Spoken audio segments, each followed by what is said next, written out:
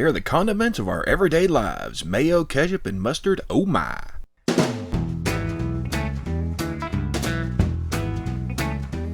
First off is mayonnaise, or mayonnaise, or just plain old mayo. It has all kinds of uses. Some people put it on sandwiches. It's used as the base for tartar sauce. Belgians eat it with french fries. Personally, I put it in chili. Don't judge me. I live in a tree and eat acorns. They're delicious. Don't question the talking squirrel. By the way, there is some serious beef between France and Belgium when it comes to the birthplace of french fries. Just wanted to add that. Anywho, mayo's been around for a while. First recorded in the 1700s and originally attached to aioli, as the two are similar, but mayo was called aioli beau because it didn't include garlic.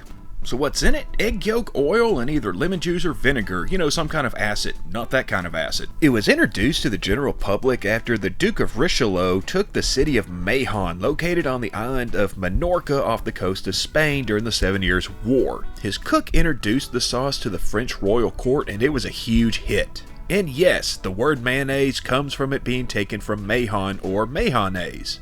We think mayo may have predated the whole introduced to the court thing. A Spanish version known as salsa mayonesa may have been introduced first, but we're not really 100% sure. Oh, and salad dressing, aka Miracle Whip, contains mayo as its base as well. It was created in the 1930s by Kraft's Foods as a less expensive version of mayo. Next we get to ketchup, and we're sticking to tomato-based ketchup here, none of that weird grape, oyster, or walnut crap. Yeah, I said it. Primarily it's made from tomatoes, vinegar, and sugar, as well as other spices if you like the fancy type. It's used as a sauce for all matters of food, particularly taters or potatoes to some folk. French fries, tater tots, apparently hot dogs if you're a mental patient or Texan. By the way, I do not put ketchup on hot dogs. Okay, well, sometimes I do. Meh. So, ketchup started as a Chinese pickled fish and spices sauce known as ketchup.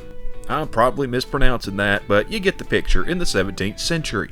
It took about 100 years before the tomato variety emerged, and eventually they cut out the anchovies and started adding sugar, and modern ketchup was born. Also, ketchup and catsup are the same thing. The words are interchangeable depending on your region.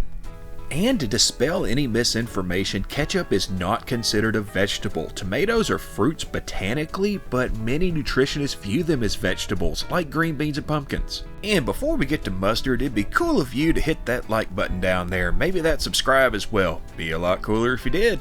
And finally, that brings us to mustard, or prepared mustard if you want to be a dick about it. It's used as a condiment for all types of things. Reubens, corn dogs, them biscuits. Apparently rich people ask each other for it from cars like strangers with candy. Pardon me, would you have any Grey Poupon? But of course. Wait, okay, so real quick here. Did and or do rich people really get driven around while eating full meals in the back of the car? Is this actually a thing? Anyway, moving on. The use of mustard seeds dates back to the Indus Valley civilization, one of the first civilizations that we actually know of. The word mustard roots back to the 13th century and is a combination of mustum or must, which is the pre-fermented crushed grape solution that was mixed with mustard seed to create the Roman version of it known as mustum ardens, and ardens, which just means hot or burning. Eventually, mustum ardens was simply shortened to mustard.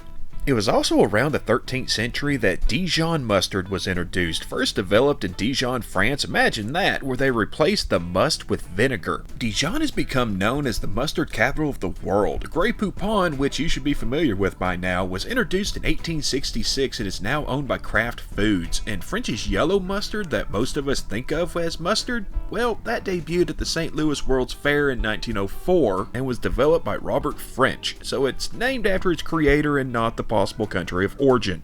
And barbecue sauce? Yeah, that popped up in the American colonies in the 17th century, so yeah, barbecue is all American.